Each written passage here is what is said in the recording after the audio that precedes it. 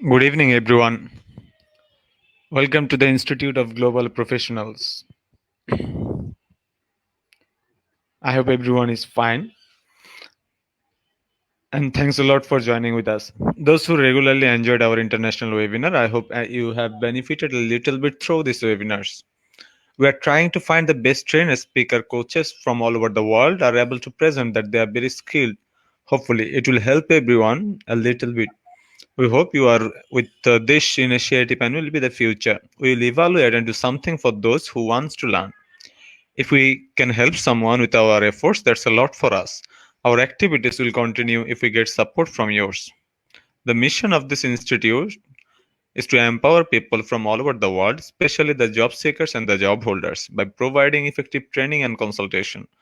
For the students, the mission of Institute of Global Professionals is to empower them to better their lives and to contribute positively to the organizations and communities in which they work and live.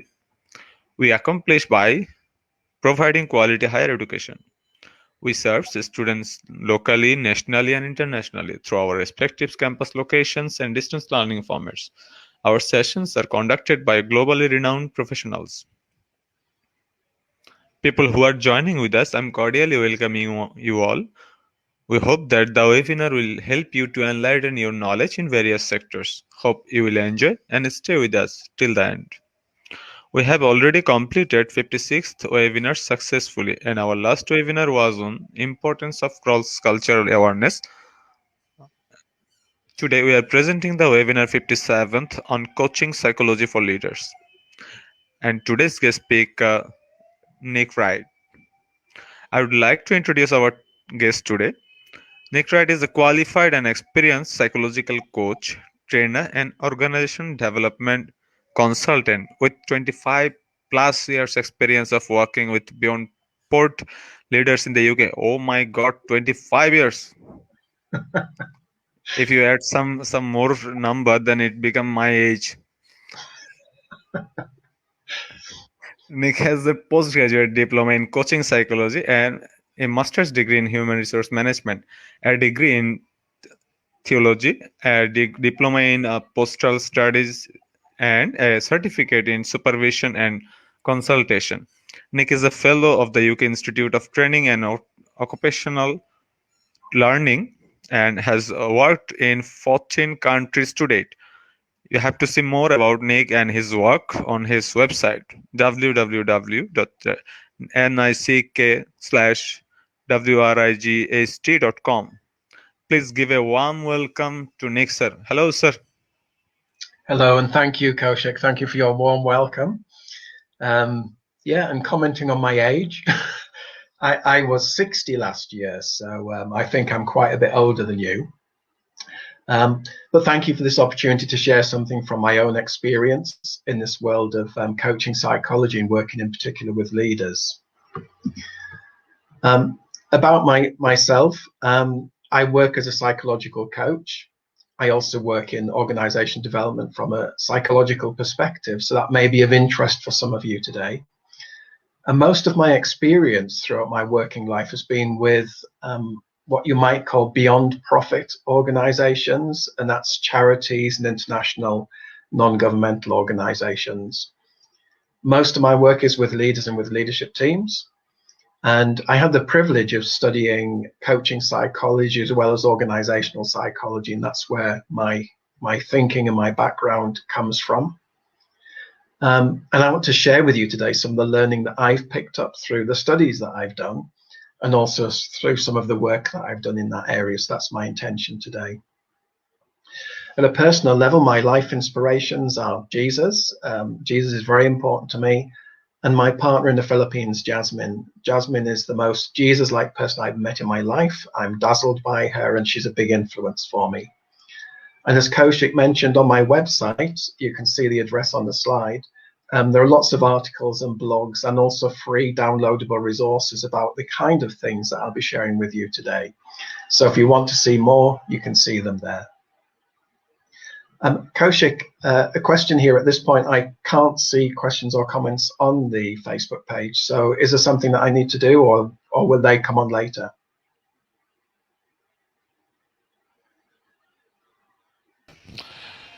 So shuffle or refresh your page, Facebook page, then you can see the post in the top of the page.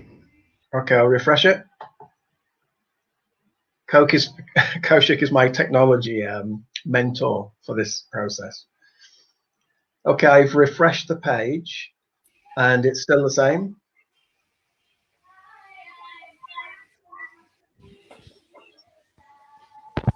So I'm just checking for a moment if I need to do something different to see any comments. Is it still same? Yeah, Okay, sir. okay. I send you a mail in your email. Just check the link. I won't be able to click that link on this separate laptop because it's not connected to Gmail. It's not my laptop. Sir, I already sent a link just to, in your mail. Yeah, the separate laptop which I'm using for Facebook, it's not my own laptop, so it's not connected to Gmail. So Okay. is there another way to connect to it through Facebook? So refresh the page, then you can see the post in the top of the page. I already checked, and I can see the 134 participant already present, and your post is the top post.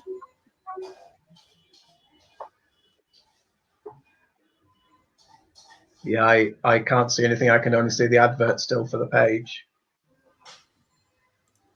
So apologies for this to the group for a moment. We're just sorting out the technology so that I can see when you post questions, so I'll be able to respond to them. Now you can see. I can see the banner at the top of the page for this webinar. Just little scroll down, little scroll down. Yeah.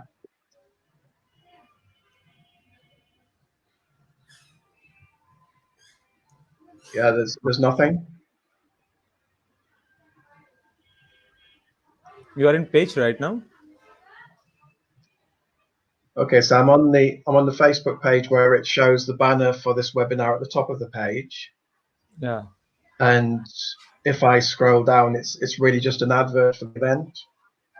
No. I already shared the page link, and I mean post. I copy the post link, and I shared it with you in private chat also. Yeah, so unfortunately, the laptop I'm using to look at Facebook, Yeah. it doesn't belong to me, and so there's no Gmail on it, so I can't access the email. So I'm just wondering if there's a way I can access it directly through Facebook. Sir, you have to go on my page then and scroll it a little down. Then you can see the post and refresh the page, refresh Facebook, so you can see the post.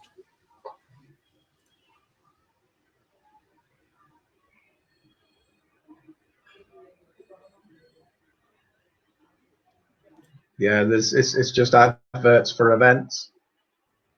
Now is it okay? No, no, on the Still, page I'm looking at, it's only an advert for the event. It's an advertisement. at the top of the post, we have posted one flyer for long flyer that is day long workshop. After that, it's your post.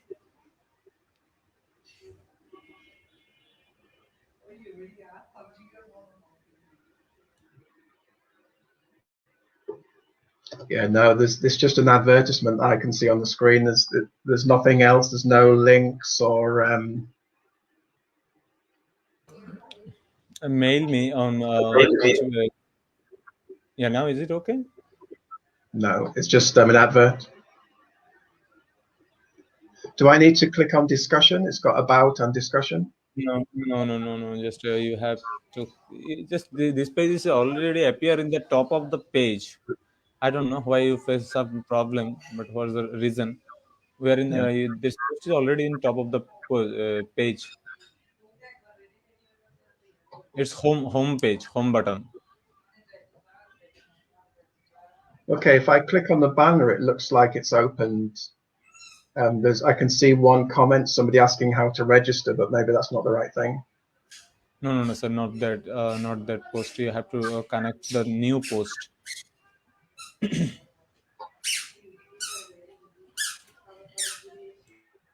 Okay, so I can't see anything like that. So maybe what we can do is I can speak a bit for the first section, and then maybe I can ask you, Kaushik, if you could read any questions that people have posted, because I'm not able to see any questions on the Facebook page. Okay, sir, I'll do it. I'll do it. Shall we try that? Yeah, sure. Okay, right. So apologies to the group who are listening. It's just I think I'm probably doing something wrong on the Facebook page, but we'll work through that. So what I'll do first is I'll tell you a bit about what we will do for the rest of this webinar. So first of all, I want to give you a brief introduction to this idea of psychology. Some of you, I imagine, are very familiar with psychology already. Other people, this whole area of psychological study could be quite new. So I want to say just a few things about that to start with. What I will then do for the rest of the webinar is look at coaching, and particularly coaching as leaders, from a range of different psychological perspectives. And I have up to 8 perspectives in mind that we can look at today. And the idea is not to convince you that these perspectives are all true or that they are the best way to see or do things, but it gives you a bit like a buffet. You can see different perspectives and see which of those may look interesting for you. If they are interesting, you could then do further research if that's something that was stimulating for your own practice. I will also offer you some prompt questions, so I'll post those on the screen. It's the kind of questions that might help you to think about how you might use some of the ideas. And there's also opportunity for you to post questions, which is what Kaushik and I have just been talking about. Kaushik will read your questions on the comments. You can type them into the comment section, and he will then be able to read some of those to me after each section. I will do my best to answer them. And also the slides, which I'll be showing you today, they're available from Kaushik afterwards. So don't worry if you're following this webinar on a handheld device and you're unable to see the writing because it's too small, don't worry. I will talk you through the things which are on the slides, and there's also a chance to receive them afterwards, so then you can read them on a device which you can see them, or to print them so you can read them more easily. So that's the idea for today. So key assumptions. These are some of the ideas that I think can be useful to consider when we're thinking about psychology and how it relates to coaching. The first thing to say is that there is no one all-encompassing idea in psychology that everybody who works in psychology would agree with. Within this whole field of psychology, there are lots of different theories, lots of different approaches, and they wouldn't all agree with each other. So that's why I've said I'm not trying to convince you of a particular perspective today, but I will try to share with you some of the key elements of a range of different perspectives that you may find useful. And I imagine that some will resonate for you more than others, some you may find more useful than others, but it's an offering that you can choose from. One of the core ideas that is common through a range of these psychological fields is that our inner world, and that means the things that we think, the things that we feel, how we experience the world, there's a relationship between what is going on within us as human beings and what happens outside of us. And that includes what we might see in the situations we are working in, what we might notice as significant, how we might behave, and how we might handle relationships, what we might see as important in relationships, and how we might deal with the variety of situations we find ourselves dealing with as leaders. So there's a relationship between what happens within us, our thinking and feeling and such, and also what happens outside of us. And one of the ideas in psychological coaching is that if we can create a shift, so a change in maybe how we are thinking, or a change in how we are feeling, it can change something in the environments we're working in at work. So if we change something about our thinking, it could have a radically impactful influence on our relationships with others or the way in which we see and deal with situations. And also if we change, this is the other end of the psychological world, if we change what we do in situations and what happens, that can also create a shift in our thinking and how we are feeling. And the idea that I'll be presenting today is that leadership coaching, so coaching as leaders, can help people to make psychological shifts, which can help them to feel more inspired and to be more effective in the work that they are doing. So a question just for your own consideration at this stage would be, so how far do these psychological ideas feature in your work as a leader with people? Well, what I will do now is I will look at the first of these psychological fields. These are not in order of priority. These are just a range of different ways of looking at people and relationships and how we are in the world. And what I will do is I will explain some of the ideas from this first field, along with some questions that you might want to think about in your own practice. And then there'll be opportunity for you to pose any questions that you might have in relation to this before we move on to the next field. So the first thing in this area of psychodynamics that some of you may have heard of, an idea arose some years ago. I mean, some of the early psychologists in this field, that if we observe how people behave and we're trying to understand why people do the things they do, sometimes we can understand it by what may be going on within them. And an example of this could be, for instance, somebody at your work may really want to have a promotion in their work. They really want to be promoted, they have that vision, they have that aspiration, but maybe in their cultural background, and they've been told and they believe that you should never push yourself forward. If you are pushing yourself forward, it could be seen as culturally inappropriate. So the person can face a conflict within themselves because they want to be promoted, they want to have that chance, but also they feel like I shouldn't push myself forward, so how do I do it? And sometimes that tension between what a person wants and what they believe they should do or shouldn't do can create a tension within themselves. And sometimes we see people behaving in ways which are difficult to understand, and it's sometimes because they're trying to navigate that tension. The next idea from psychodynamic psychology is that the past, so things we have experienced in the past, influence how we experience things now. So it's not as if the past is completely separate to now. The past acts as a filter for what we see, what we believe, how we feel now. And it's as if we at times transfer thoughts and feelings from past experiences into our current situations in such a way that then colors those situations rather than just seeing them for what they are. An example I can give from personal experience, some years ago now, I was running a training course, and one of the people who came to the course, I'd never met them before, it was a man, and he really reminded me of somebody who was my best friend for many years. There was something about his look, his voice, his humor. It really reminded me of him. And I found myself relating to him as a participant, almost like it was my friend. And I became aware, I thought, wow, because he looked a bit surprised that I was being so friendly. And I think it's because at some level, I was superimposing this idea of my friend and that relationship onto this person, because in some way they reminded me of them. So we can find ourselves relating in situations, in ways that sometimes are helpful, sometimes not, because we're influenced by people and relationships and situations we've experienced in the past.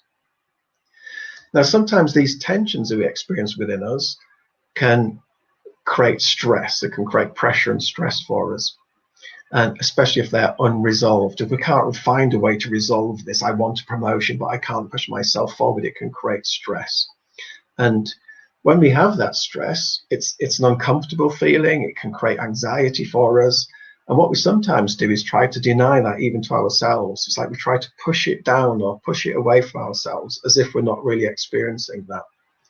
Or we might, for instance, project what we are experiencing onto other people.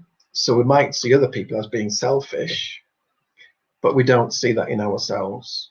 So we take parts of our own psychological makeup and we project them onto other people so we can see it on them, but we deny it to ourselves as if it's something of us. The final thing to say in this field is that in later thinking and later research in the psychodynamic field, there was a recognition that how we mental health, how we learn and grow and thrive in the world isn't just influenced by something that happens within us, it's also influenced by what happens between us. So relationships are a really fundamental part of how we develop and grow and learn and progress as human beings. And that stems from our earliest experiences as a child with a caregiver.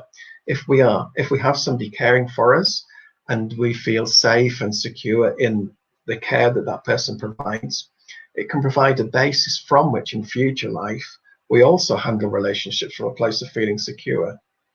If in our earliest experiences we felt really insecure because we didn't know sometimes if we were loved or cared about, it can make us insecure in our relationships now.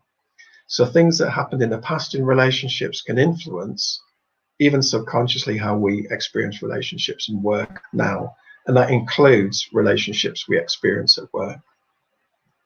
So question for consideration: how does your past influence your own present? That's something that you might want to think about or make a note of to think about afterwards. Some of the questions as a leader you might want to think about as you're working with people is, if you notice someone who seems to be overreacting to a situation, you're not quite sure why they seem to be reacting in the way they are, it's possible that the reaction is being triggered by something they've experienced previously, even in a different relationship or a different organization. These things can become merged together for us in a way that can feel quite difficult. So notice, especially in change situations, if you're leading change and you see people reacting in a way that seems out of proportion to the situation, to be thinking about what it might resonate for with things they may have experienced in the past. So it's not just about this situation, it could be about other situations as well. I'm going to stop there because that's the end of the first field, psychodynamics. I think I can take one or two questions at this point before we move on to the next. So Kaushik, any questions?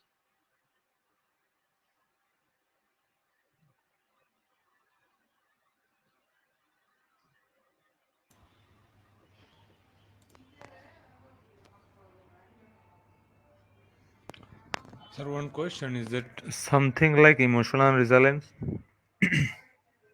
Nothing more. So there's no questions yet? No, still not. Okay, so we'll continue to the next, and more questions may arise as we go through, okay? Yes, sir, definitely. Okay, so the next field, cognitive behavioral. So this is a different field to psychodynamic. You'll see there's some overlaps between these fields. And this particular field, as the word cognitive suggests, is particularly concerned with what we are thinking and how what we are thinking influences our behavior. Somebody who was a pioneer in this field, somebody called Albert Ellis, they came up with something called an ABC theory of emotion, which I find quite useful. What this person noticed was that different people may face the same experiences, but seem to feel and respond completely differently. So you may have, for instance, two people at work who are made redundant. One of them seems really happy and relaxed about being made redundant, and the other one maybe feels really, really stressed about it. So Ellis was interested in what's the difference? Why is it one person seems to react one way and another person reacts so differently? And he came up with this theory. Now, if you imagine A, B, C, A, he described as the actuating event. Now, that's just posh language to me. Something happens. So A means something happens, an event has happened. And C is the consequent emotion. In other words, how a person feels. So he had this idea that A, something happens and a person feels something. But why is it that the same thing seems to create different feelings in different people? And the B that he came to a conclusion about was it depends on what they believe about what's happening. So B is belief, and this is a fundamental idea in cognitive behavioral psychology, so that what the person believes about the situation is a thing that influences how they feel. It's not just a direct consequence of the thing that's happened itself. So, for instance, if one person thinks by being made redundant, it gives them opportunity now to do some fresh things in their life, and maybe they feel really excited about that, the idea of redundancy might be a great opportunity for them to do something new, so they feel positive and optimistic.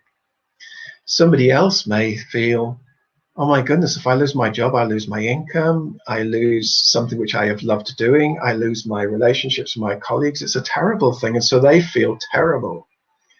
And you can imagine that depending on how a person feels, that will influence what they now do or how they behave. And thinking to the link with psychodynamic, if a person has experienced redundancy before and it created great new opportunities for them, they are more likely to experience a new redundancy as a positive thing. If somebody's experienced a really disastrous redundancy in the past, it's had catastrophic effects for their lives, then they are much more likely to be fearful. So what has happened in the past will influence what they are thinking and believing about a new situation. Now, a field called human givens, which is quite a new field of psychology, in the research in human givens, they notice that if people are really emotionally charged, so if they're carrying a lot of intense emotion, it's impossible to think clearly. And so if a person's really emotionally aroused, they would say, or stressed, it's really difficult to think clearly. And what happens in that situation is we can start our thinking become really distorted without us even knowing it. So I'm going to show you some examples of the kind of things that can become distorted, especially if we're under pressure or stress. And some of these things you may notice in yourself, and some of these things you may notice in others. And these are some of the words, some of the language that people use in cognitive behavioral work. And one example is polarized thinking. So a person starts to think in just one or, it's like I can either do this or this. They can't see any other options. So if I'm being made redundant, I can either run away from the world and go into a complete space of despair, or I can just try really hard to find another job. They can't see any other options. It's like I can do this or I can do this. The fortune telling is when somebody imagines that they can see the future, even though there could be all kinds of things which we don't yet know. And at the moment in the COVID situation across the world, lots of people are making predictions about the future, but without really knowing what might happen 6 months from now, 1 year from now. But sometimes it sounds like people think they know. It seems clear to them. Catastrophizing is imagining the future, but also imagining the worst future. So imagining all the terrible things that will happen. There could be financial meltdown and crisis and things across the whole of the world with catastrophic effects, hence the idea of catastrophizing. And they don't think about what might actually go well. What are the positive possibilities that could come from this? Mind reading is when you begin to imagine you know what other people are thinking. And I remember being in a job once where I worked with a boss, and I felt quite insecure at first in this relationship with him. It was a difficult relationship. And I remember once he walked past my desk and didn't speak to me, and I felt anxious, and I was surprised I felt so anxious. And I thought, I must have done something wrong. Because he's not speaking to, clearly I've done something wrong. But when I spoke with him afterwards, he said, I'm so sorry, I was just thinking about something else. I was going to an important meeting. It had nothing to do with me. So sometimes we think we know what a person's thinking, but it's not really what they're thinking. And that relates to the idea of personalizing. It must be something to do with me, when maybe it isn't. Perfectionism, common thing. People think it's not worth doing unless it's something's not worth doing unless we do it perfectly. You'll find some people who have that kind of way of thinking. Rash generalizations is when we generalize from a specific instance. So I could say, I once worked with a trade union official, and I found them really difficult to work with. They just never listened to what I wanted to say or to do. That may be true of a specific relationship, but if I say, therefore, all trade union officials are impossible to work with, it's like I've made a generalization from one instance, which just isn't valid. That may not be true at all. Focusing on negatives is when we only notice the negatives in the situation. You may have heard this expression, red pen leadership. A red pen leader is somebody who only seems to see the things that have gone wrong or the problems that need to be fixed, rather than seeing the things that are going well and the things that could be built on. And the minimizing coping resources is when we imagine for ourselves, I can't get through this. And maybe we actually do have resources we could use and draw on within ourselves and around us to get through difficult circumstances. But when we're feeling really stressed, sometimes we just can't see it. So these are examples of the kind of things that can happen when people feel really stressed. If you notice people appearing to behave completely irrationally and thinking in ways that seem very rational, it could be a sign that inside they are feeling really stressed, and that's affecting their thinking, hence the idea of distortions. So if that were to happen, you can listen to the person and listen to how they're describing a situation. Can you see signs of distortions in how they're describing it? What assumptions are they making, as if those assumptions are true, when maybe they are only assumptions, other possibilities are also true. And that might be a reflection of how the person's feeling. And sometimes by helping them to feel heard, the emotion can begin to settle, and then they can think about new possibilities. And so with a cognitive approach, you're helping a person to maybe think differently about different possibilities within the situation that they're in. I will stop there because that's a quick race through the cognitive behavioral approach there. And again, just back to Kaushik for a moment, any questions on that approach?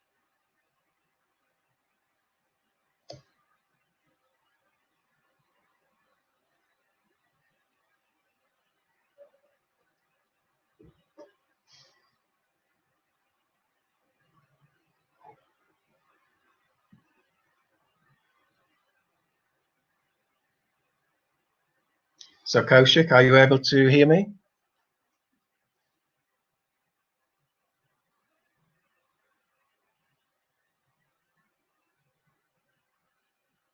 Okay, I think we may have lost Kaushik there for a moment on the connection. What I'll do is I'll move on to the next field, and we can come back to this if any questions occur to you as we go along.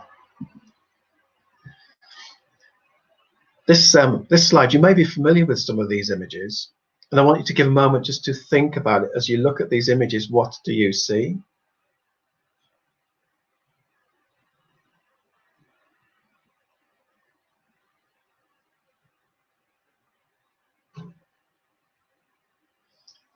Okay, so the image in the top left-hand corner, I imagine for a number of you, when you see that, you think, well, it's a panda. So what we sometimes do is we see an image that is familiar to us. There's something about the image that reminds us of a panda, if you know what a panda looks like, and you think, yeah, it's a panda. But another way of looking at that is just to see some black shapes and white shapes. So as human beings, when we see something that looks familiar, our brains make sense of it, so that so we're not just wandering around in life seeing lots of black shapes and white shapes. We're able to see patterns, which in this case points towards the idea of a panda. That's the image in the top left. The image in the top right, you may have seen this before. And some people, when they look at it, they focus on the black part of that image, and it may remind them of something like a vase or a vase if you're in America. And other people, when they look, they see the white, and when they see the white, they maybe see two faces looking at each other. And one of the ideas here is that the different people may look at the same situation or the same image and see completely different things. And you could say that if you are looking at the black, the white is a backdrop. The white is the backdrop that means the image of the vase stands out. Or if you were seeing the white faces, the black is the background, which means that the profiles of the faces stand out. And we can shift our focus between what we are seeing and what we are seeing in the background. So there's a background and there's, if you like, a foreground, the thing that we notice that stands out against the background. And I'll say a bit more about that in a moment, about the significance of that when we're working with people in coaching. The image in the bottom right, I imagine that for most of you, you will see a white triangle in the center of that image. But you could say that there is no white triangle. There are simply some black lines and black shapes against a white background. And again, in our minds, we try to make patterns out of things. Even if something's not there, we fill in the gaps to create what is a meaningful image for us. So we see it as if there's a triangle there. But another way of looking at it, there is no triangle, there's just some shapes. And I will say a bit more about the significance of that for coaching. So these are some ideas from a field called Gestalt. Gestalt is a German word. It's difficult to translate into English. And it's something about what we notice and the form in things that we notice, and the assumptions that we make when we see things, which can be challenged, and it helps us to look at things in new ways. So these are some images that are used from Gestalt psychology. But what does that mean in coaching? Here are some ideas from Gestalt. One is that people only ever notice things selectively. So when we're in a situation, we don't see everything that's happening. We only see certain things that are happening. I worked with one leadership team, for instance, where there was significant conflict between the chief executive and one of the directors in that team. And when I asked the people in the team what's happening in the team, they all said there's a conflict between the chief executive and this other person, and they often arguing in meetings. And everybody told me the same thing. That's the picture which they could see. When I asked them, and what are you doing in that situation? So these two are fighting, what are you doing? It's the first time they even thought about what they were doing. They were focused on what the chief exec and the director were doing. They didn't notice their own behavior or the behavior of their other colleagues. So it was a bit like the vase and the faces. They were focused on one aspect of that group's experience, and in being so focused on it, or fixated, sometimes people say, they didn't notice what everybody else was doing. When they stopped focusing on the chief exec and the director and look what they were doing, they realized that by the way they were behaving, which was often saying, I don't want to get involved, or I'm worried about getting involved, or I don't want to take sides, they were in effect colluding with this conflict that was happening by not stepping in to address it with them, to find a different way to work as a team. So by shifting their focus from the obvious conflict in their minds to what else was happening in the group, it helped them to find new ways to work together as a team. We also notice what's most important to us. So in any situation, we only notice certain things and we don't notice other things, such as the team noticing the conflict, not each other. An example for me today is I was driving my car this morning to borrow my friend's laptop, and it's thick snow here in the UK at the moment. So I went outside and I tried to drive to this friend's house, and I became aware of slopes in the road which were difficult to drive up because it was so icy. And I never even noticed those slopes before. But I noticed them now because it was important for me when I'm trying to drive my car. I need to manage to navigate the slopes. Or I could give you an example. When I sometimes work in the Philippines, I've had the privilege to do some work there, and it's with my partner, Jasmine. And when I'm in a whole group of people, people have sometimes said, Nick, it's like you only see Jasmine, because she is so precious to me. It's like I notice her with everything else as a backdrop, and I have to remind myself to notice everyone else and everything else that's happening. So we only ever notice specific things. We don't notice lots of other things, and the things we tend to notice are those which are most important to us in that moment. I'll say a bit more about how that works in coaching in a moment.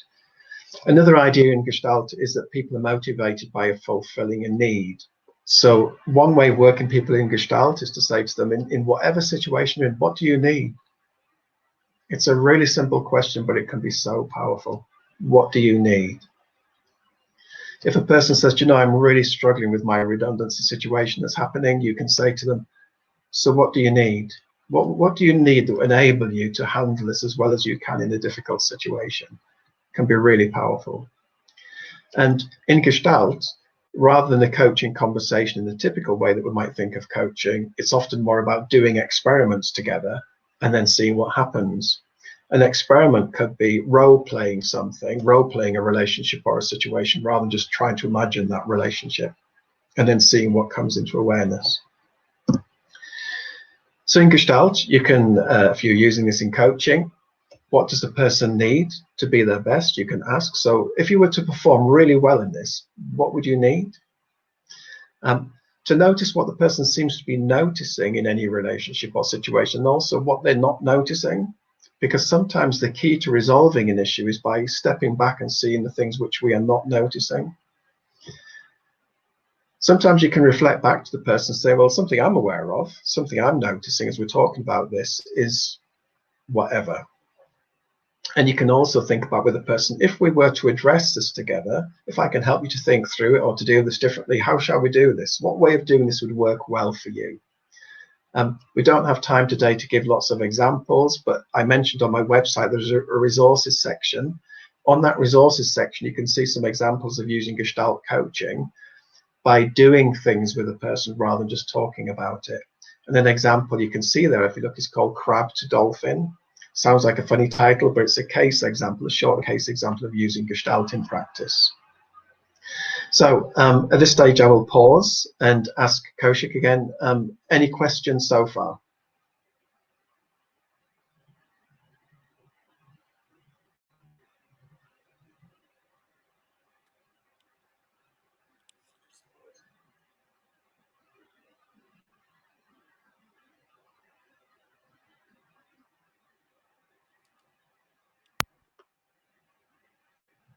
Hi, Kaushik, can you still hear me? So no, you may continue.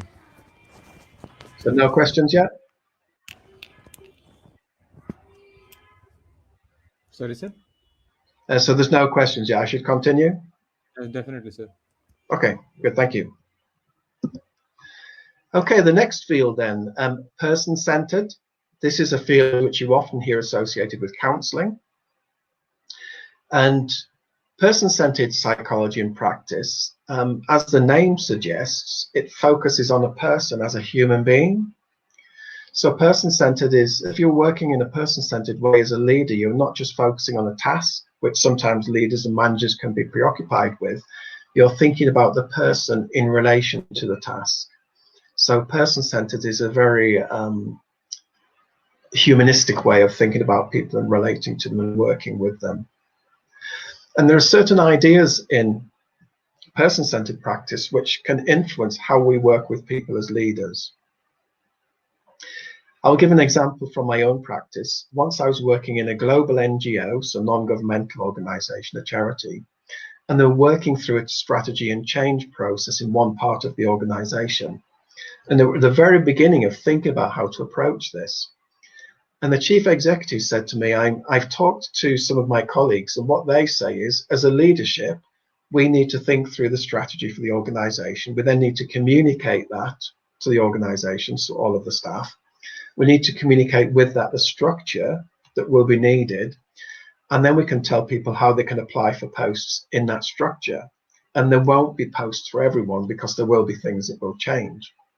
So it's quite a transactional way of thinking about how to approach that. So it's approaching it just as a task. So I said to the chief executive, it's one way of doing this.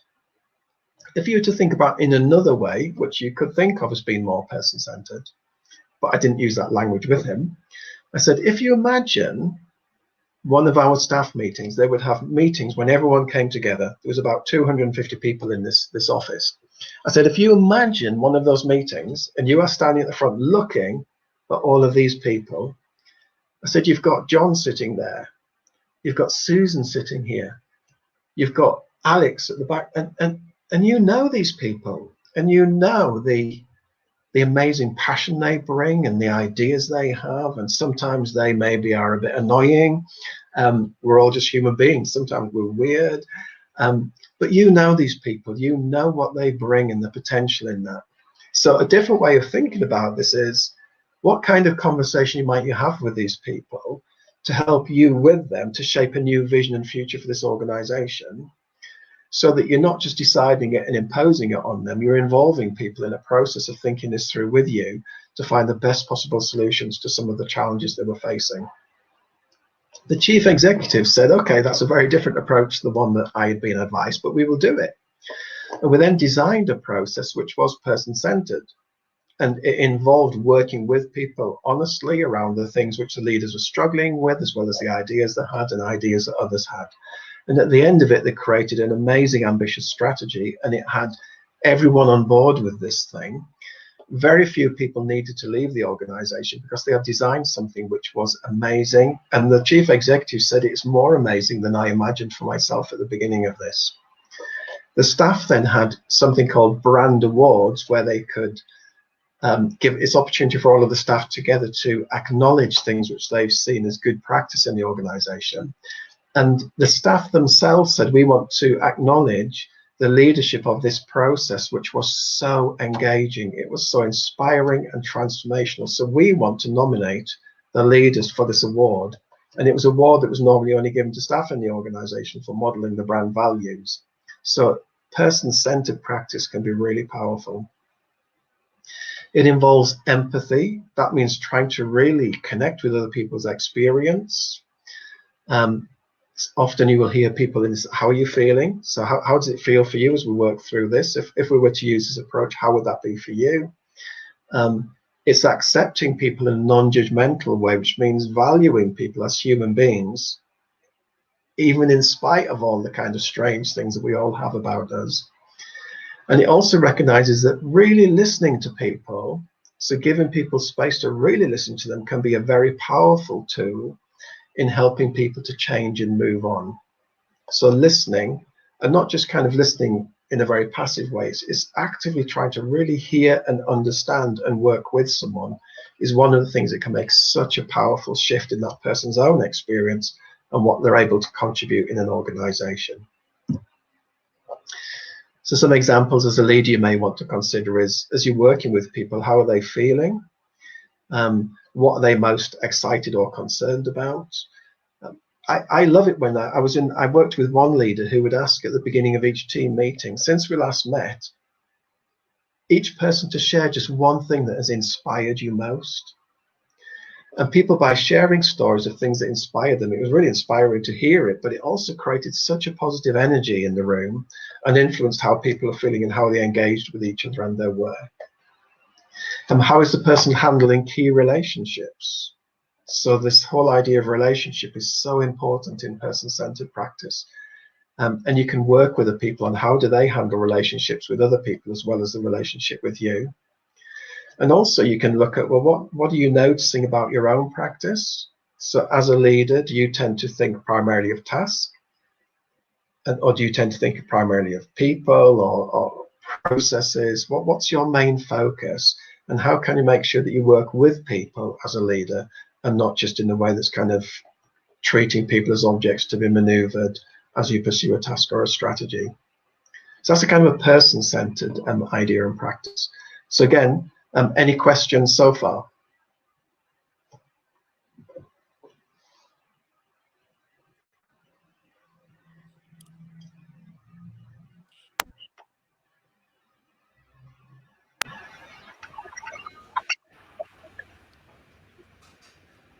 Hello, sir. Hello? No, sir. You may continue. No problem. At Okay. the end of the session, we'll take the part Q&A. Sorry, at the end of this we will... At the end of the session, we'll take part and Q&A. Okay, good, thank you. No, okay, sir. Yeah, so if there are any questions which occur to you as you listen to more of these models, then there is opportunity at the end where I will stop the presentation and there's a chance there to ask any questions that may be occurring to you as we work through this. Okay, the fifth model. This is a kind of psychological approach, but it extends beyond psychology, and it's sometimes known as existential. And an existential perspective is trying to look deeper in our life and our experience than just the tasks or the relationships we're engaged with on a day-to-day basis. And one of the ideas in existential psychology is that the things that matter most to people at the deepest level are things like identity, meaning, and purpose. And identity is things like, you know, if I step back from my job title or my role in my family or where I live, I mean, who am I? So as I find myself living in this world, who am I? What's my unique identity? And that relates to questions of what does it mean for me to be in this world, and what's my purpose? Is there some purpose for my life that extends just beyond my day-to-day existence? And if there is a deeper and more profound purpose, how can I know what it is? So these are some things which often we feel at a really deep level, but we don't necessarily articulate them to ourselves. And sometimes as people, we are very busy in our organizations, we're very busy at home, we're busy in our jobs, And the busyness can be a way of avoiding having to face some of these deeper questions. But sometimes as we wrestle with these deeper questions, we find that life is so much more meaningful and so much more purposeful for us. But they're not always easy answers to questions to answer. So if I asked you just for a moment, if you have a pen and paper, and said, if you take away your job, you take away your title, your organization, the work you do, the qualifications you have, all of those things, the different roles you play, who are you? And if you want to try writing down, who am I? And how would you answer that question in one sentence?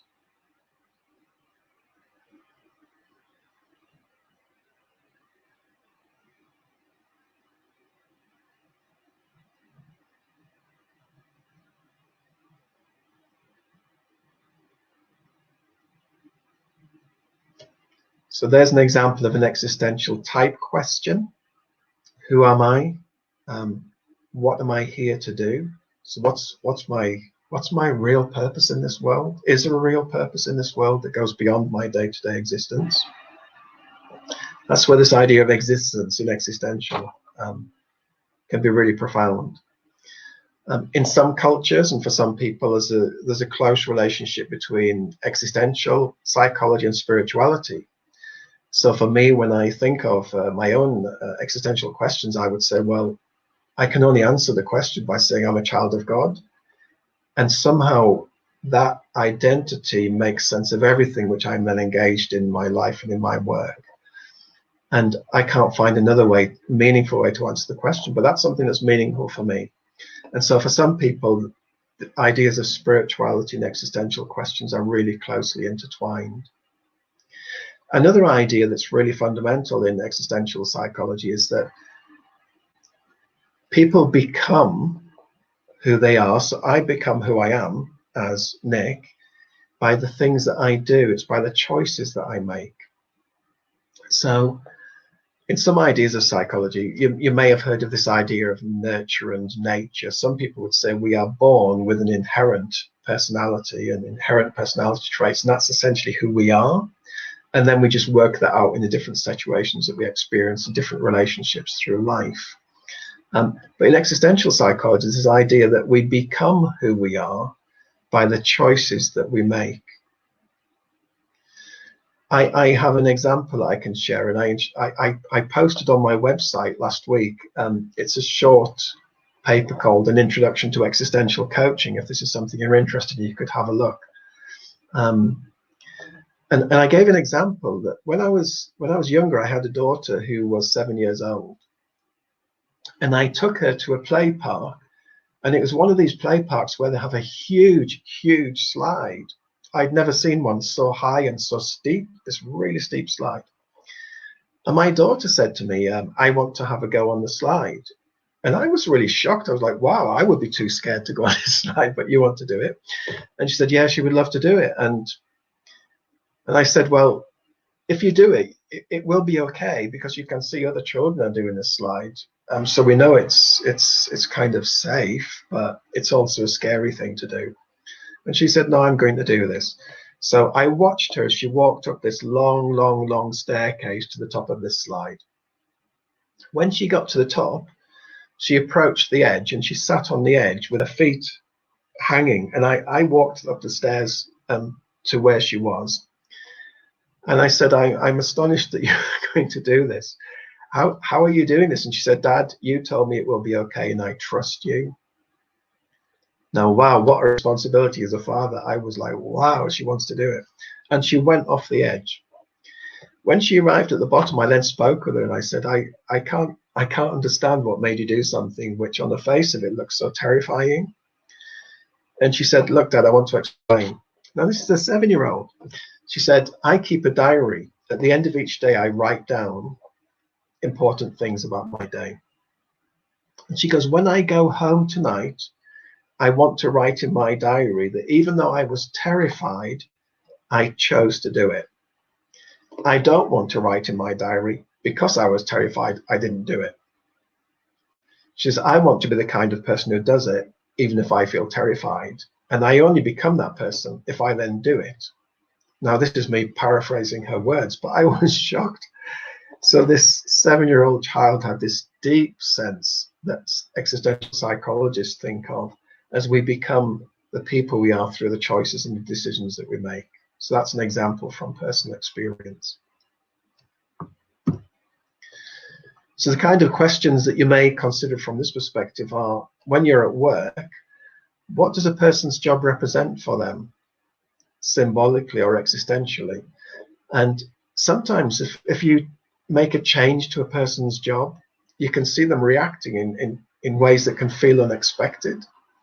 And it's sometimes because by changing the job, you are threatening things for the person that are really precious to them at a deep existential level. So if you notice a person who's starting to react in strong ways to things which you are proposing, sometimes it's because the change will affect some of these deep things that really matter to them in their lives. And it could be, for instance, I'm doing the job that I've chosen because this is the best outworking of the person that I am and that I choose to be in the world. This is what I believe my purpose is. And by changing that, you're pulling me away from something that really matters at a deep level. And I've mentioned as well spirituality for some people, and in some cultures, this whole spirituality question is also absolutely fundamental. It's something we don't tend to talk much about in Western cultures because many of our cultures are very secular. But I've worked in some parts of the world where this is a really profound question. It's like, what part does God play in all of this, or whatever idea we hold of God? If we are to follow Jesus, for me, it's like, what does that look like in my life and the decisions and choices I make? So existential is at a deeper level than just the normal day-to-day decisions you might make or think through in a conventional coaching practice. So that's the existential field. Any questions on existential before I move on?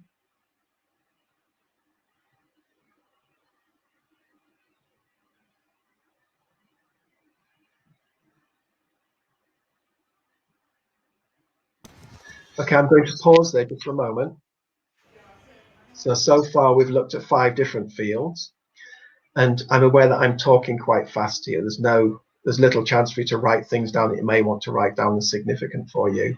So before we move on to the last 3 fields, I just want to give a moment if you want to write anything down that may be significant for you at this point before we then introduce the final 3 fields. Having looked at those fields, will there then be a chance for questions and answers? So we'll just pause just for a minute or so to give you a chance to make any note of things that might be important to you at this point.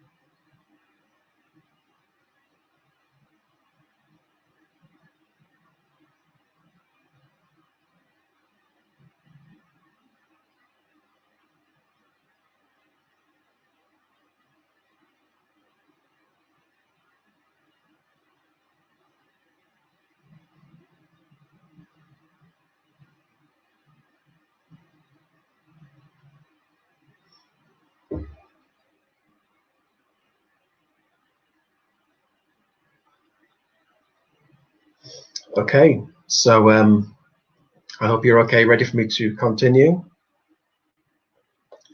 The next field we'll look at is social constructionism, that some of you may have heard of. It's the foundation of postmodern culture. So if you've heard of the word postmodern, social constructionism sit closely together. And this is a very common idea in Western societies at the moment, although not necessarily acknowledged as such. So it's quite a shift in thinking in many different societies around the world at the moment. From a traditional scientific way of viewing the world, it's a relatively new way of thinking about the world and reality and what's real and what's true. But one of the ideas in social constructionism is that there is no single fixed reality that we are able to observe. So a scientific worldview would typically say there is a reality and we're able to observe it and test it empirically and make conclusions from reality and from what is real. In social constructionism, there is no such fixed way of looking at things.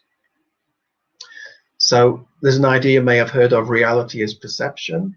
And in social construction, what this means is how we see reality, the sense we make of reality, is a product of something that goes on in our minds and the sense we make of things by the conclusions we draw from things. And this is quite hard to explain. So if I give an example, if I was able to show you at the moment a chair, I'm sitting on this object, a chair. If I see this object, it is very clearly a chair. I know from my background, this is what we call chairs. We have chairs in different languages, you would call them different things, but essentially the idea is it's a chair, and it's like the object we're looking at has a fixed definition. This is a chair, and it's not a table. This is a table with a laptop standing on. This is a laptop.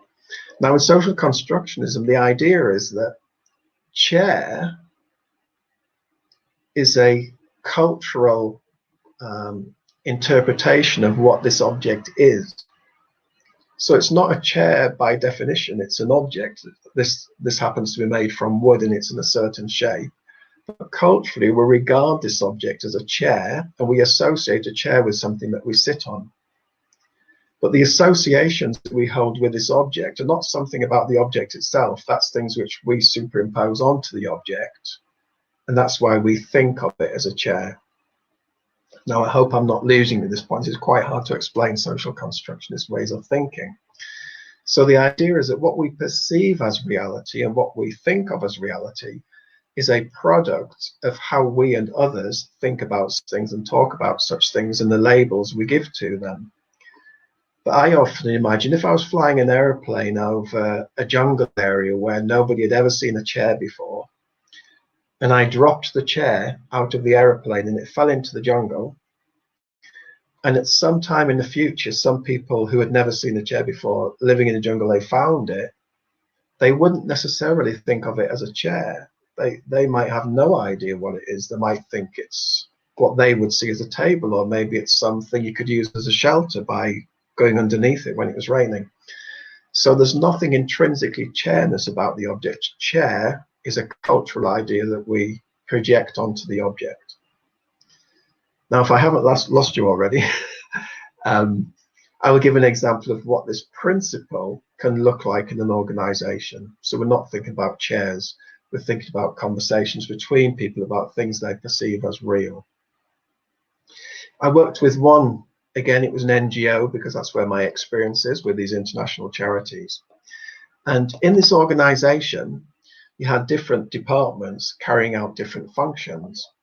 And so you had a marketing department, which was responsible for communicating the organization's work and raising funds to support it. You had a development department who were responsible for organizing work in some of the poorest communities in the world. So they were focusing outwardly on the beneficiaries of the organization. That was their main interest and focus. You then had the typical finance, HR, business solutions, IT functions, which were providing services, if you like, for the organization to do that work well. Now, what was happening is the marketing people said, we need, in order to do our work well, we need to have really honest and real and compelling stories, like true stories of what the organization is doing in the poorest communities, and also what change is being achieved, so that when we are then talking to people in the UK about supporting our work, we can use these stories to explain our work to them. Because if we can't do that in a way that's real and compelling, nobody will know about our work and they won't be interested to support it. So the marketing people identified they needed things from the development part of the organization in order to fulfill their role well. And it could be a bit like in a commercial organization where the marketing people need good information from products and services to be able to then communicate that well in such a way that's compelling for potential customers and consumers. Now, the international development people said, to be quite honest, we are not marketing people. We are interested in working with poor communities in the world, and we are really busy. That's what we're here to do. That's our purpose. We came here to work with poor communities, not to be creating stories for marketing. And so they didn't commit time to giving the marketing people what they needed, which was very frustrating for the marketing people. But the development people said, we are not marketing. It's not our priority. So this came to the executive team, said we have a problem here. We can't function as an organization because these different departments are choosing different things as priorities. And as they talked about it, it became clear that for the development people, they saw themselves and the rest of the organization in a line. So I want you to try to imagine this line. So at the front of the line, facing the beneficiaries, was the development group. So we are the group that fulfills the purpose of this organization because we are doing the development work in the field. They then said, and behind us, you have the marketing people who are here to generate interest and funds to support the work we are doing. And then behind the marketing people, you have HR, learning development, IT, finance, these service functions which are there to service us to make all of this possible. And so they had in their minds an idea of the organization which was very linear. And it was this linear idea they had in mind, this idea of the organization, that was causing the problem. So they recognized that by creating this idea of a linear process or a linear structure, that was creating a problem. And so instead, I challenged them to think about how they might reconfigure the idea, because the idea was fixed in their minds. So instead, they created something like a jigsaw puzzle where the different parts of the organization interconnect with each other. And in doing that interconnecting, they are all responsible and they all work together to fulfill the mission of the organization, not just the development department. So in order to do the work well, they all needed to contribute to each other, which means they needed to reorganize some of their priorities so that together they could fulfill the organization's work. So that is an example of taking a construct, an idea they had fixed in their minds, and changing it into a different image, the jigsaw puzzle, which enabled them to find new ways to work together where they were stuck. So this is where realities in social construction is about how we think about the world rather than something that is necessarily there. And as a coach, we're helping people think about the realities that they perceive in different ways in order to create new possibilities.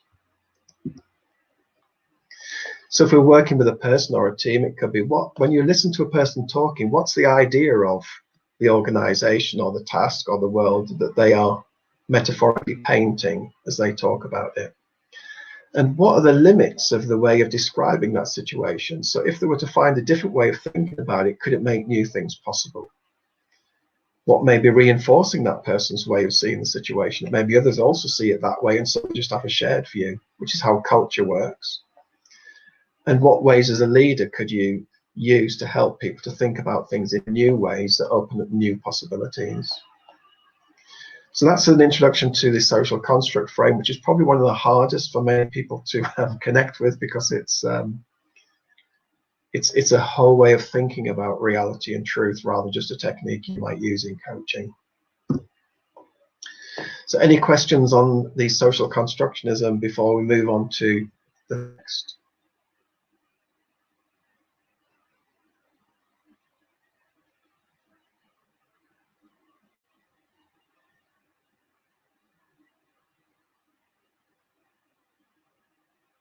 Okay, we'll continue. So behaviorism. Some of you may have heard of behaviorism. Some people regard this as not really a psychological approach, because the psychological approaches that I've talked about so far are mostly concerned with something that's within us, in our thinking, in our feelings, and how we choose to behave and such. A behaviorist idea is more interested in what are the external things to a person that influence what a person does. And there are different views within this whole behaviorist field. people will often say that people will change their behavior. So if you're looking for behavior change, they will change it when they're either motivated by something within or incentivized by something outside of themselves. And an example of an incentive could be that in an organization, you may say, right, we want people to increase the amount of sales that they achieve in the next year, especially against a COVID background with depression in economies. We want people to increase the sales in the coming year by some tangible amount. And the way that we will incentivize people to do this, we will say that if you increase sales by a certain percentage, we will give you a proportion of that percentage as a bonus, like a reward. And the idea is that something that's external to people, in other words, the financial incentive, will be something which in effect pushes them or pulls them to do something different. So it's an idea of an extrinsic reward.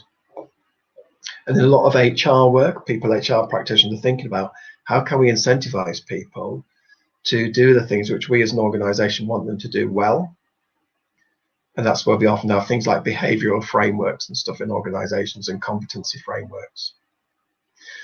It's also an idea that people are sometimes motivated by towards things. So towards thing could be, if I'm able to improve my sales by this percentage, I will go home with this much extra in my pay. So it's something which I want to do. I want to move towards that. I want to move to having more money.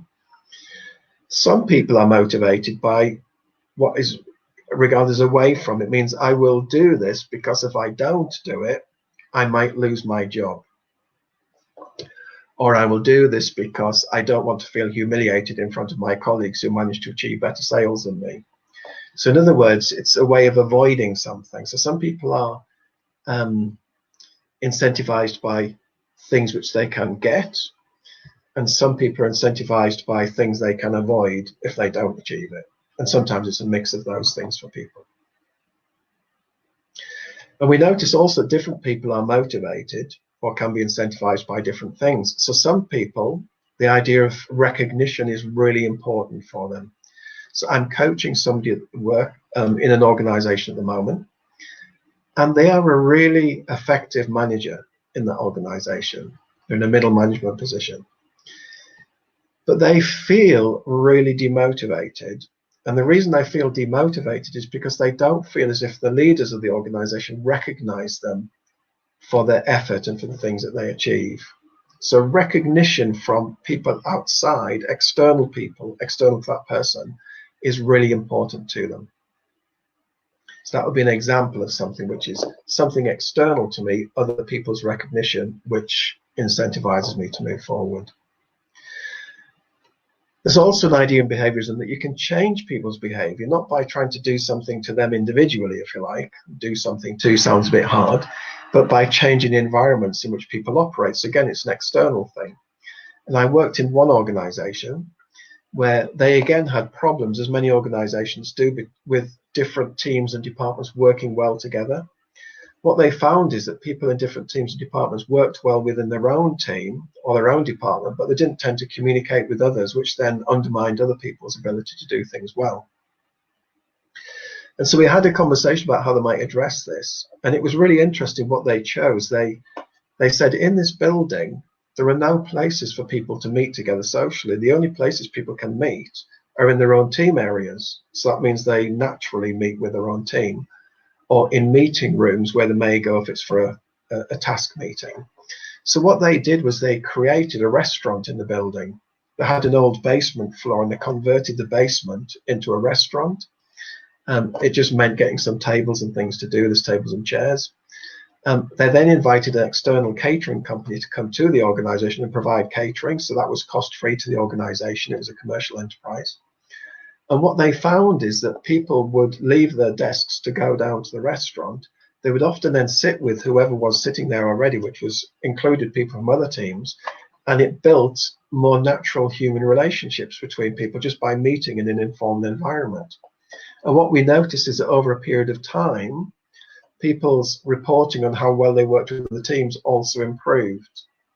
And it partly improved because it could be, say, me thinking, well, we're either going to meet with this person in marketing, who I don't really know, just for a task meeting, I'm now meeting with Sue, or I'm meeting with Dave, and I know them. They're the one that we had this conversation with downstairs about cycling at the weekend or something.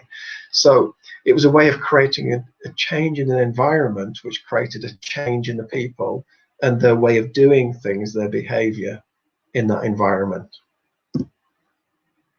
So the kind of questions you can think about from a behavioral perspective is, if you're working with someone and you can ask them the question, what makes a great day for them? So what are the things which they find motivating or incentivizing, the things that convince them to give their best and to do their best? What does that person find most rewarding? If you're looking at what does the organization need from people, behavior-wise, which is where competency frameworks tend to focus, it's like, okay, so what would incentivize people to model those behaviors rather than just expecting them of people? What would make that worthwhile for them? Those are some of the questions that can be really useful in leadership and based on this idea of behavioral. So as I say, some people don't regard it purely as a psychological field. It's more to do with what happens around a person that influences them. But we can pay attention to what happens in a person's environment as well as what happens within them and the relationship between those things in order to influence learning and change. Any questions on that behavioral model?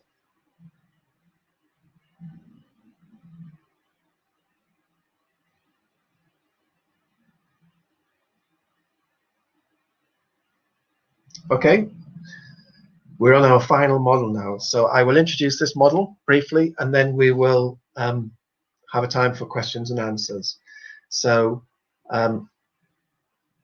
this is not, the models I've introduced are not the only models in the psychological world, but these are some that I've been exposed to in the work that I've been doing and that I've tried practicing in some of my work. So transaction analysis, or TA, it's quite a technical sounding term. The idea of transaction in transaction analysis is the idea of like an interchange between people. So people connect with each other. You could think of it as a transaction, how people relate. So what do people do in a relationship? And analysis means looking at what happens when people connect. That's a way of thinking about transaction analysis. One of the ideas in transaction analysis is that at any point in time, we as human beings are in one of a number of psychological states. By psychological state, it means a mood, a way of seeing and behaving, and that might change depending on the situation that we're in. And in transaction analysis, they identify in particular 3 psychological states that typically people move between. And in its simplest form, they use this language of parent, adult, and child. Now, parent in TA doesn't mean a parent in the way we would naturally think of that. It means sometimes within us we feel almost like we're in the place of a parent who is making rules and decisions and making judgments about or on behalf of others. So it's a bit like a parent in a very hierarchical sense. And sometimes we may find ourselves in that's kind of how we feel. So we're at work and maybe people are not doing the things we want them to do. And we can find ourselves behaving a bit like an authority figure towards them as this parent, telling them what they should do. And it may be based on our own ideas that we've grown up with about what people should do or what we've been trained that people should do in organizations and such. So parenting tends to be this almost like an authority figure, but with a judgmental dimension to it at times. You can also have a parenting style which is very nurturing.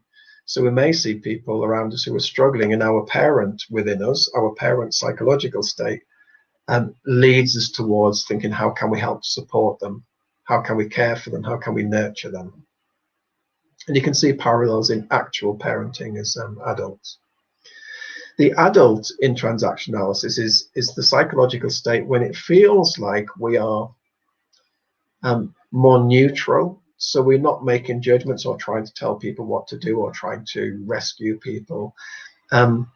It's more of a kind of a mature adult, measured, thoughtful, mature way of relating to people. We're not trying to manipulate people. We're not trying to control people. We're not trying to rescue people. We're having a conversation on the level with people about things that matter and doing that in a way that feels very reasonable. It's where most of us, when we're at work, we aspire to be alike in adult mode, and we also hope that others might behave in that mode as well. The child mode in transaction analysis, and again, these are just labels. Sometimes it's a child who it's when we feel as if maybe we feel quite insecure, or maybe we are needing support from other people, or we feel like a very small person compared to other people around us who all seem so confident. Maybe we lack confidence. And in this child state, it's often that we're looking for things like reassurance and support from others. Sometimes the child's a very playful child, so you can think of children playing and having a laugh together. And sometimes when we're in child mode, we're just in a fun mood. We just like to have fun. We want to have fun together, play, laugh, rather than taking everything too seriously.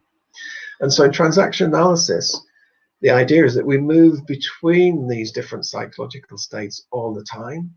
So sometimes we're more in parenting kind of mode. Sometimes we're more in that very mature, reasonable adult mode. Sometimes we're more in that child place.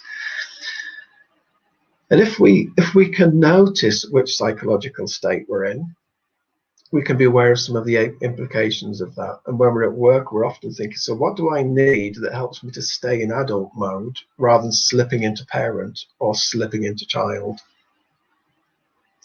In transaction analysis, because it's about how people relate, they also notice that the state I'm in might influence the state you're in. So if I'm in a parent mode and I'm behaving towards you as if you are somebody who's needy and you need my help, it might evoke in you more of a childlike state. So you might find yourself thinking, oh, now I will look to you for the answers because you seem to have the answers to these things, but I don't. So we can evoke a corresponding state in another person.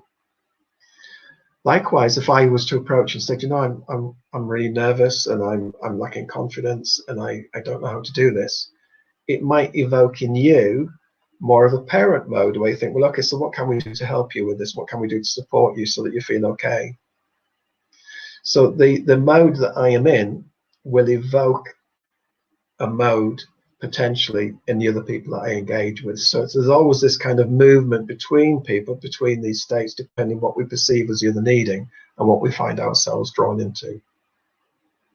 Now, sometimes we learn patterns of behavior, which we notice will influence other people, and we think it can be to our advantage.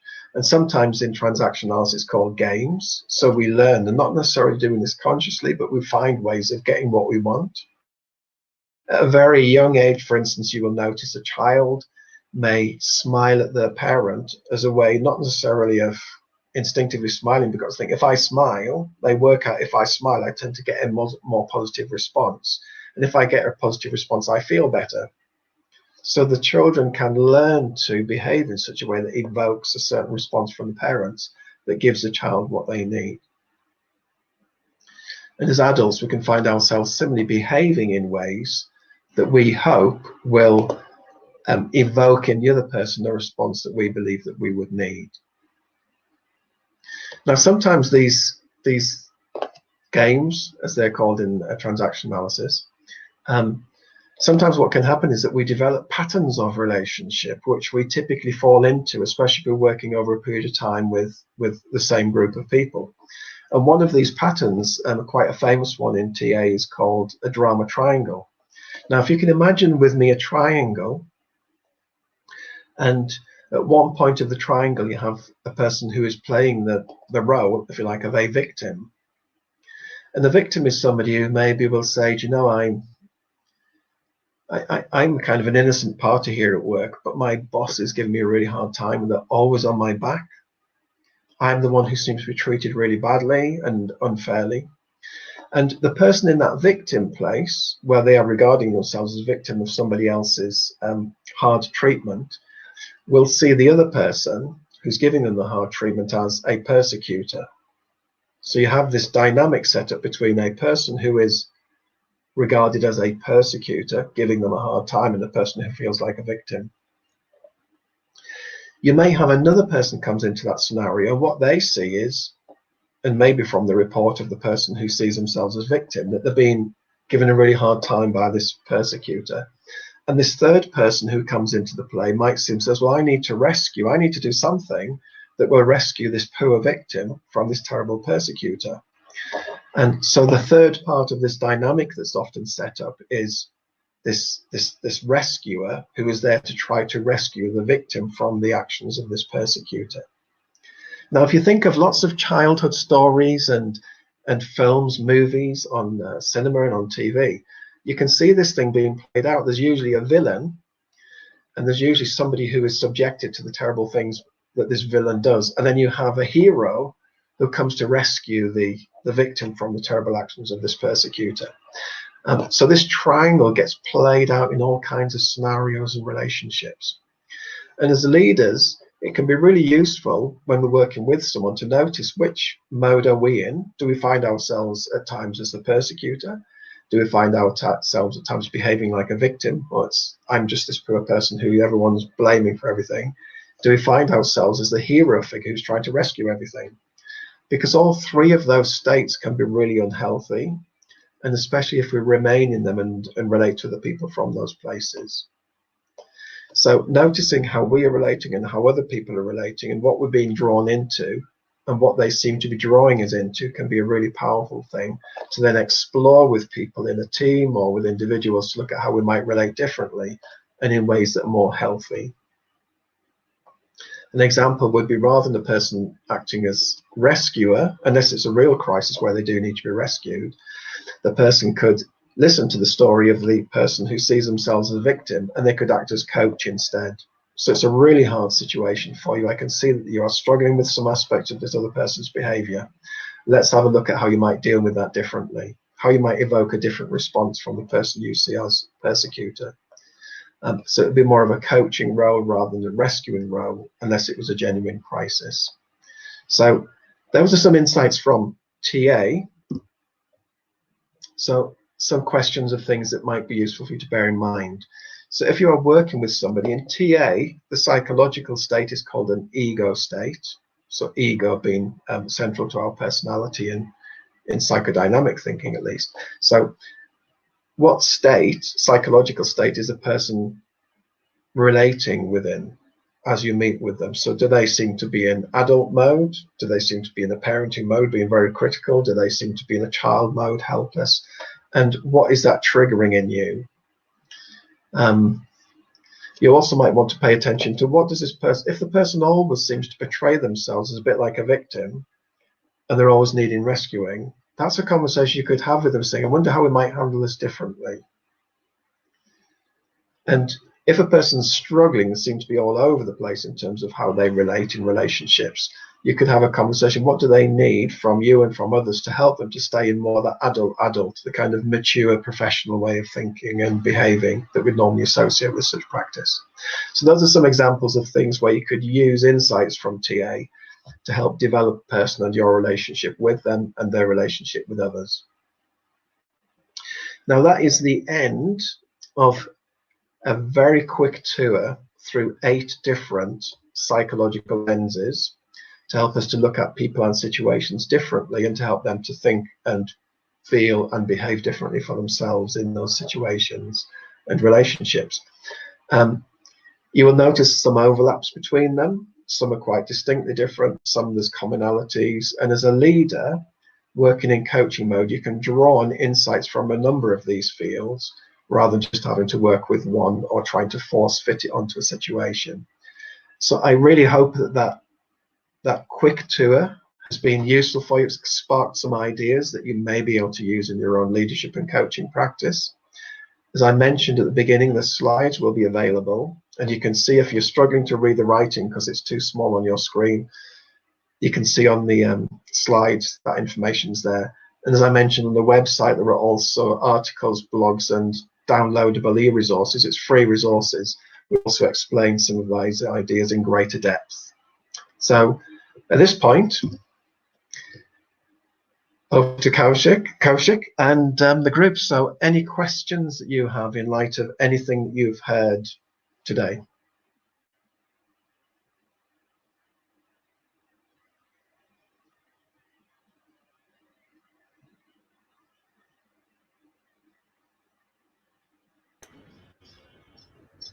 Hello, sir.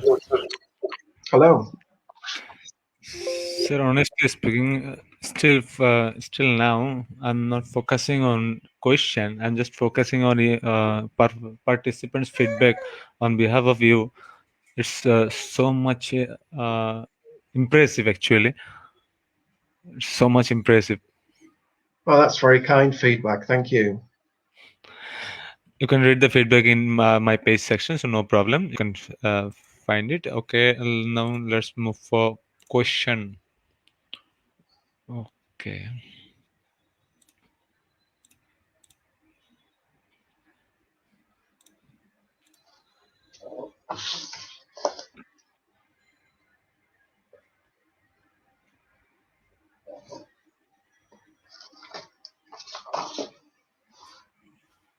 We're regularly waiting for questions.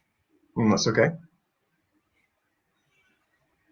Yeah, I'm aware it's a lot of things which we've looked at in a very short period of time, so people might just need some time to process. Your presentation is too much clear, so I think no question is still now. Okay.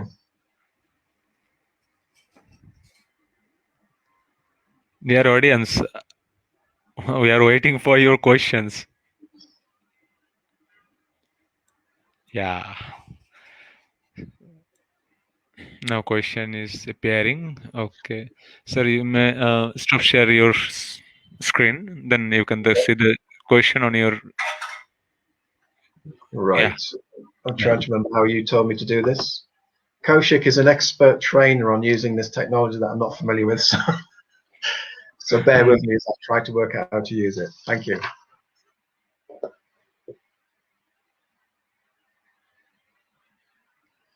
So how to change perceptions without changing our environment?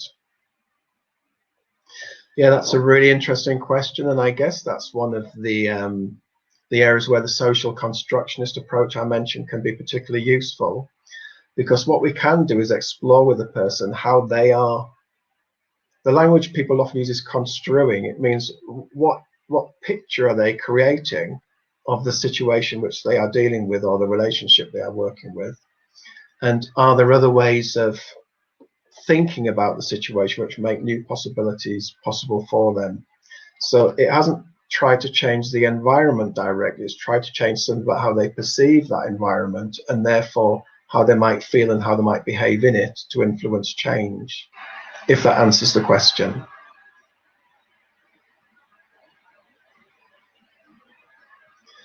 Oh, these are good questions. Does behavioral interventions work where there is politics in organizations? Yeah, that is a really interesting question, because it partly depends on what we think about politics, but if we think of politics as kind of power relations within an organization and the dynamics that can create, people can use their power to empower others to influence change. So they can use it positively to give people power to do things that will improve their own well-being and the things which they're capable of achieving. But if power is used negatively, it can be used as a way of constraining people or even damaging people. I heard of one example in an organization where people said they had a performance-related pay system was introduced with the intention of motivating people, inspiring people to do as well as they could. But in this system, like in many systems, people weren't only evaluated on their own performance, they were evaluated on their performance relative to other people's performance in the organization. So in theory, if people want to be motivated to do better than their colleagues, it can work well. But what happened in practice is people said, the only way I can succeed in this system is to undermine my colleagues. So I will use the power I have to undermine them so that I look better, and then I look like I've succeeded. So I guess politics as power, if it's used well and consciously to enable something positive, it can be very, we can look at what kind of behaviors we would be wanting to incentivize. If it's used in a more sinister way, it can be very damaging. I hope that answers the question. How to deal with stubborn children? I guess that's a question that every parent grapples with their actual children. It's interesting in this question of the behavioral thing again around motivation, incentive. It's if a person's behaving in a way that we find difficult, often it's trying to understand what lays behind what we are perceiving as difficult behavior or stubbornness in another person. And sometimes what we can say to the person is, look, I'm conscious that now working together, you're trying to achieve something that's important to you. So it's acknowledging that however they're behaving is achieving something for them. And given what we are trying to do as a team or as an organization, I'm wondering what you would need to help you to move forward with the team as we address this. So rather than being the parent in TA sort of telling off this naughty child, what you're trying to do is to evoke in them a willingness to engage with you around the things that would make a difference for them to behave in the ways that you want. Now, it doesn't always work. Sometimes you may find that somebody, for reasons that are beyond your ability to influence, they just don't want to play the game. They don't want to do the things that are needed, which then leads to a very different type of conversation, and sometimes with HR.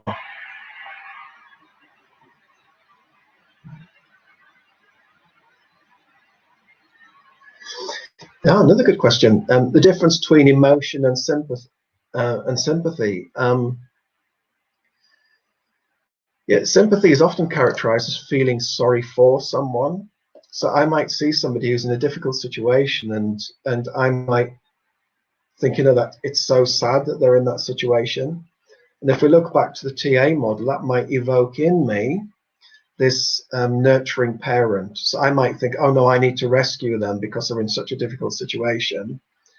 But in rescuing them, I may make them become even more dependent because I haven't helped them to stand on their own feet and do things for themselves. So sympathy, in terms of just feeling sorry for someone, it can sometimes lead us to do things which are, they may feel helpful, but in the longer term may be unhelpful. Emotion, you could regard as anything that we feel, so anything that we experience at a feeling level. And so emotion could be any kind of feeling that we experience towards another person or situation, where sympathy is a specific feeling or feeling sorry for. If we think of empathy in contrast to sympathy, which links to emotion, empathy is often feeling with someone, but with a view to then working with them to help them to move forward. So I'm identifying with another person's experience, another person's emotional experience, but it doesn't mean that I have to feel sorry for them, even enter into their experience. I'm thinking more about how I might work with them given that experience which they are going through. I hope that answers that question. How to make transactions without hurting others. Yeah, it's a really important question that I think as leaders, we need to be clear about our own intention. So when we're working with other people, if we're wanting the best for other people, if that's our genuine intention, which is partly an existential question. So if I think of myself as a leader, what kind of leader do I want to be? And what do I want my own ethics and values to be and my way of relating to be? And if I'm genuinely wanting the best for people and the work that we are doing and the outcomes of the work we're doing, I will try to do that consciously in a way that will minimize harm for other people. But I'm aware that having honest conversations with people sometimes may cause pain, which may relate to the idea of hurting. And my own instinct is always to try to have a conversation with people. I'm inviting them to work with me on something rather than just doing something to them. So if there's an aspect of the relationship that's not working well, I might say to them, I'm wondering how this relationship is working for you. My desire this should work well. It should work well for you and for us together. And I would love to have a conversation with you about what would make that possible. So what would we need to do to make this a really healthy and positive and inspiring relationship? So it's inviting them into the conversation rather than doing something to them which could feel more hurtful.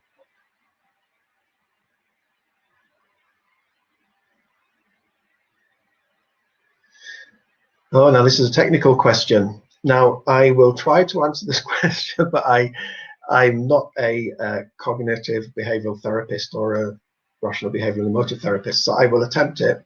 So RBET, so the rational behavioral emotive therapy, from what I understand, was the earlier form of what we now often regard as cognitive behavioral therapy. So it's recognizing there's a relationship in the rational, behavioral, emotive. So rational's thinking, behavior is what we do, emotive, what we feel. It was recognizing a relationship between thinking, feeling, and doing, which is the same as that ABC theory of emotion I mentioned by Albert Ellis. Cognitive behavioral therapy, in my understanding, is a development of that thinking to look at what methods and techniques can we use to help people to think differently so they're able to feel differently and behave differently in ways which are then more healthy for them and others around them. So I think CBT is a kind of a development of rational behavioral emotive therapy. And I hope that's right.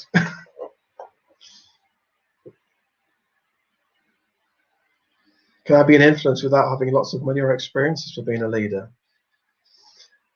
Yeah, I think, again, great questions, these.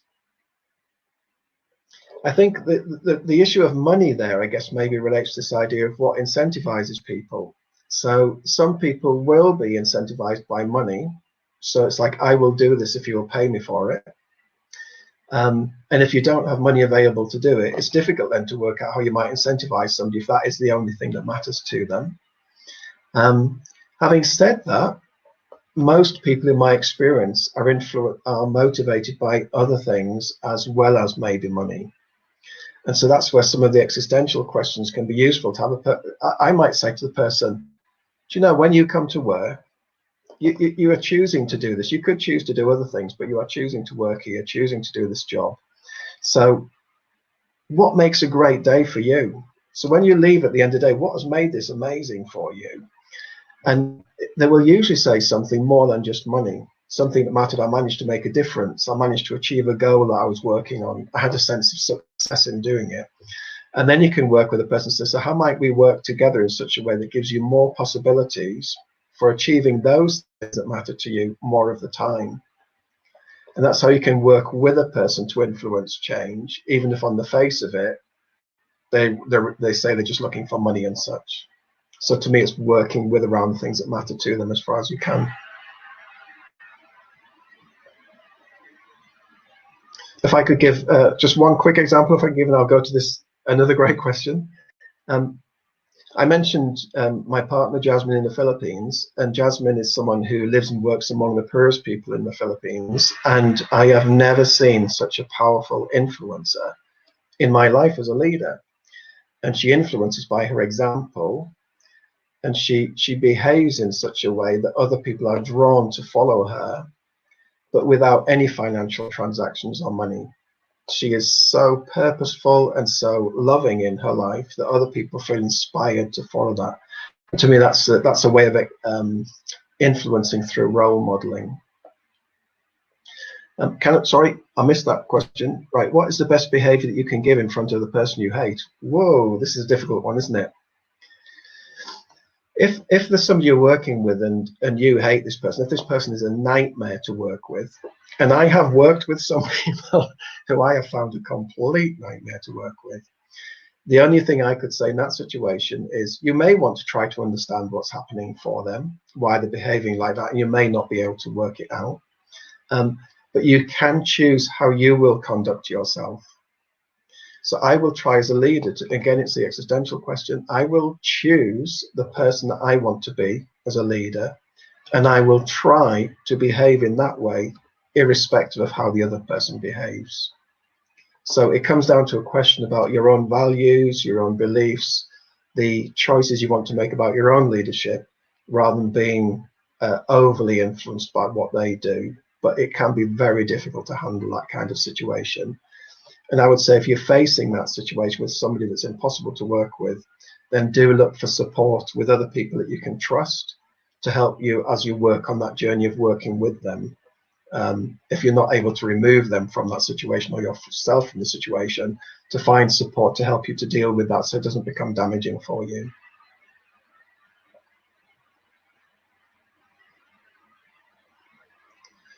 What's the difference between emotion and depression?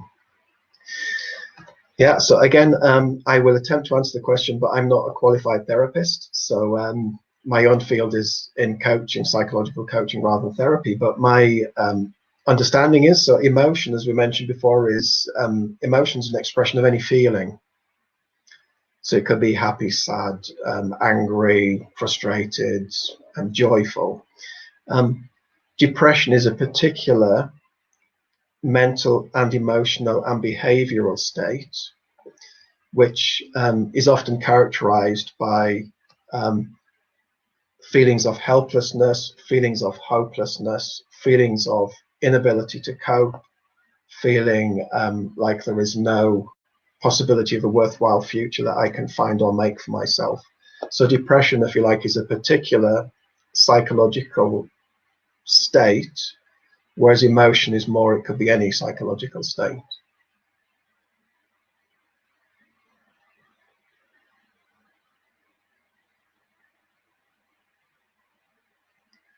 What study of human perception can be objective in psychology? Wow, another good question. My own view is that there is no objectivity in psychology, because I would tend, I think, on this question to lean towards a social constructionist view. There are many different fields of psychology, and from each of those fields, if you look through those lenses like my glasses, if I'm wearing those lenses, like cognitive behavior or psychodynamic or whatever, when I'm wearing them, it seems to make perfect sense. But if I put a different pair of glasses on, I now see completely different things.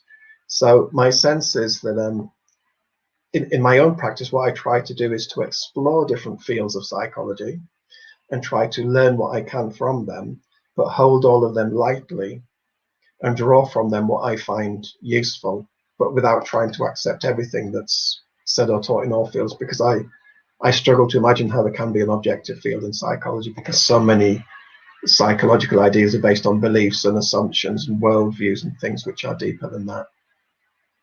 And human perception, and that's where Gestalt is particularly interesting. If you're interested in this field of human perception and such, I would encourage looking at Gestalt and social constructionism. And on my website, you'll see lots of articles about Gestalt and social constructionism if you're interested in those things. What is the best thing to do in dealing or working in an environment with diverse people? Yeah, this is a really important question. I think as a leader, what I would try to do, or as a coach, if I'm working with people in that environment, is try as hard as I can to recognize there are differences between people. There can be all kinds of differences, preferences, cultural backgrounds and things. And try as well as I can to understand those different cultural backgrounds by asking and helping me to make sense of some of the ways of seeing and doing things which may be quite alien to me. If I'm working with a diverse group of people, they are diverse in relation to each other as well. It's giving real attention to that with a team, for instance. So we look at, let's try to know and understand each other better so we're able to work well together. Because sometimes the differences can be the things which give a team its greatest strength. So we can draw on lots of different perspectives and ideas. But there are also the things which can cause the greatest damage in the team relationships, because people don't understand each other or they don't like what each other do, and then it can be real conflict. So for me, it's about trying to be honest and open about the diversity, looking at how we can best draw on the diversity for good, and also agreeing together how we will handle situations where we might have disagreement so it doesn't become destructive.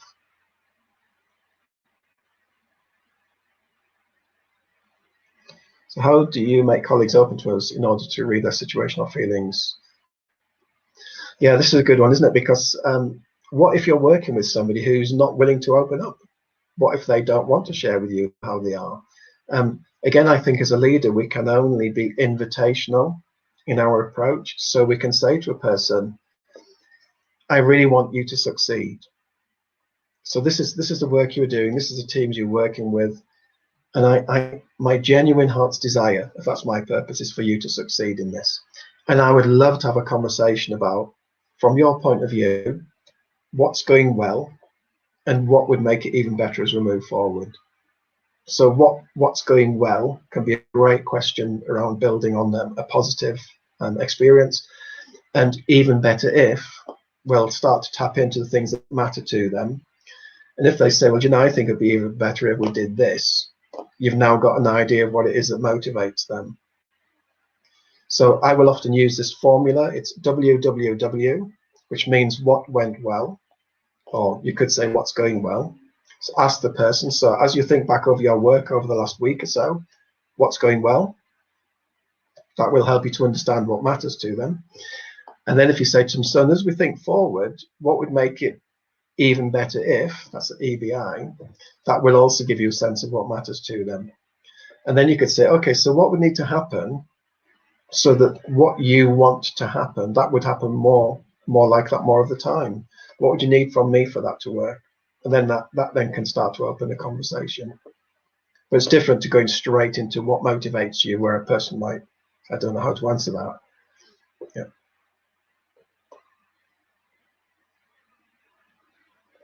I hope that answered the question. Now, what do you think is the most essential knowledge? Cognitive skills or process skills? I have to say that because of my limit in my own knowledge here, I don't know what process skills would be. So I don't know if that person could clarify. Cherry, could you clarify what you mean by process skills? And I could have another try. How can we handle behavior of children in the class now? Wow, that is a big question. I would say if Jasmine was on the call with me, ask Jasmine, because she's an expert in working with children. I work sometimes as an English teacher and sometimes with young people. And again, I think it's something about how can I invite these children into a relationship with me that means we are working together to achieve something that's important. And it's important to them, which is the existential question, as well as just important, say, to a curriculum or what a school might expect. So it's trying to understand what would make this meaningful for the children, what would make this interesting and engaging and worthwhile, rather than just doing something and expecting them to be enthusiastic about it. If people are engaged, they're less likely to be disruptive.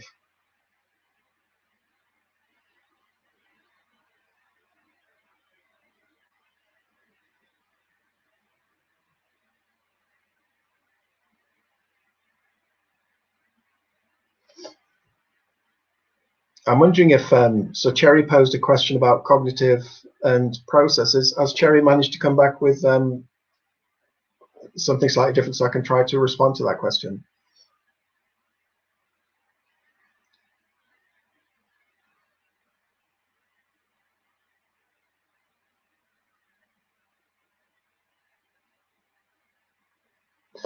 It looks like that might be the end of the questions.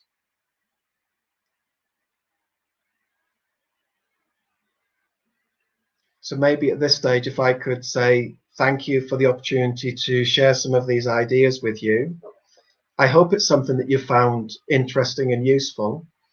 I'm aware it's been a very fast pace through lots of different fields at the same time. So I hope there'll be things from that that might be of interest for you, that might be able to apply in your own practice. And as again, I've mentioned on my website, there are free resources there which can be useful to expand some of these ideas in more depth. So I hope that will be a useful resource for you as well. But thank you to all of you. And thank you especially to Kaushik for organizing this.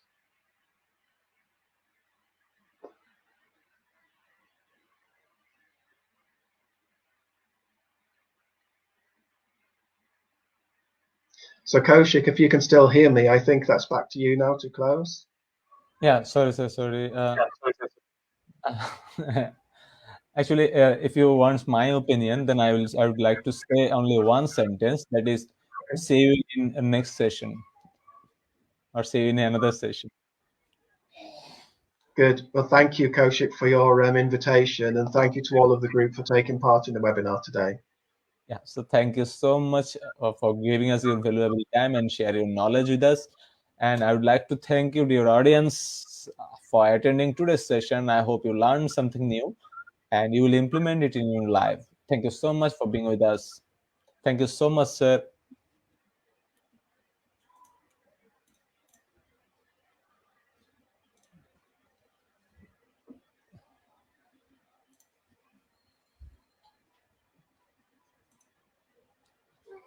For today's certificate, participants are requested to log in www.eduigp.com and link also share in comment box. Today's class code, actually class code is not required for today.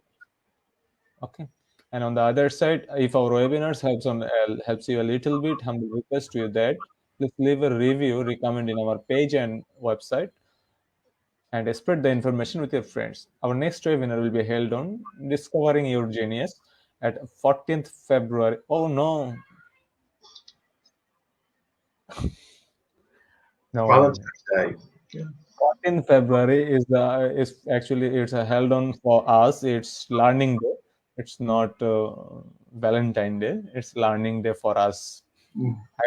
I hope this word will be engageable for our participants. It's Learning Day. So see you in next webinar, which will be held on Discovering Your Genius at 14th February. Hope to see you there. Thank you so much. Good. Thank you, Kaushik. Thank you all. Thank you, sir. Thank you. For today's certificate, participants are requested to log in www.eduigp.com and link also share in comment box. Class code not required.